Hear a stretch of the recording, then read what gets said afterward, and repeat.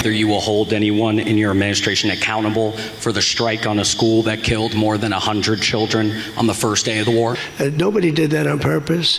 You've been clear, President Trump, the United States is not going to directly pay Iran, but the U.S. is going to let the Iranians start making billions of dollars, selling oil, accessing this reconstruction fund. Only if they're doing things right. Only if we're not doing anything. We're not putting up money.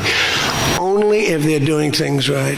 If they're doing things right, if people want to invest, they can invest. But they had this $300 million fund. It's only $300 billion fund. It's only if they're doing things right. Remember this also, when you talk about billions of dollars, they've had much more than $1 trillion worth of damage done. They got a long way.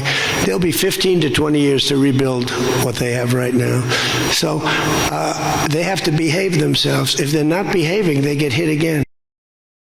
I want to thank China, President Xi. I was with him, and he stayed neutral, totally neutral, and I appreciate it. And I want to thank Vladimir Putin. He was very neutral. They could have made it much more difficult for us, and I want to say it. You know, somebody would say, "Oh, that's terrible. He's thanking President Xi of China." Well, let me tell you, I had a long talk with him. You know, they have shoulder weapons to knock down airplanes. It's not like the real deal, but they're accurate. They're fairly accurate. I said, I would really appreciate you're not giving or selling any of that stuff to Iran. And you know what? For the most part, he didn't.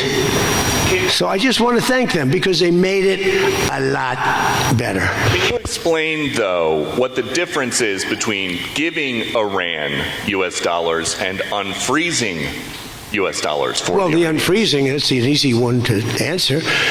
We have taken a lot of their money, and we have their money. We have taken their money. It's not our money. It's their money, and we froze it.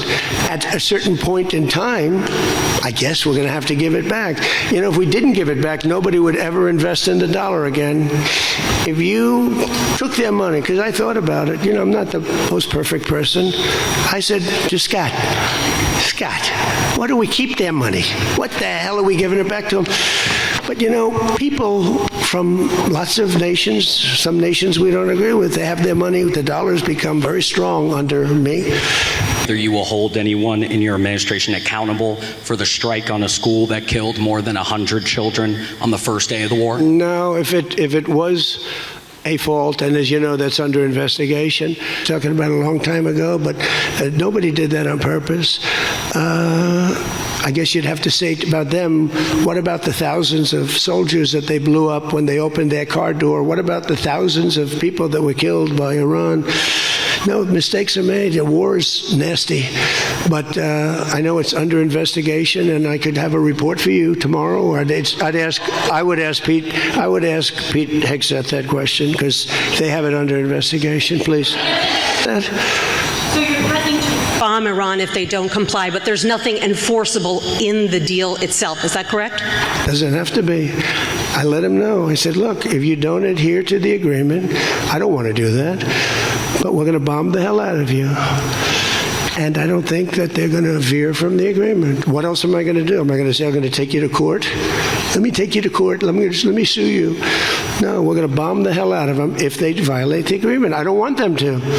I want them to honor the agreement.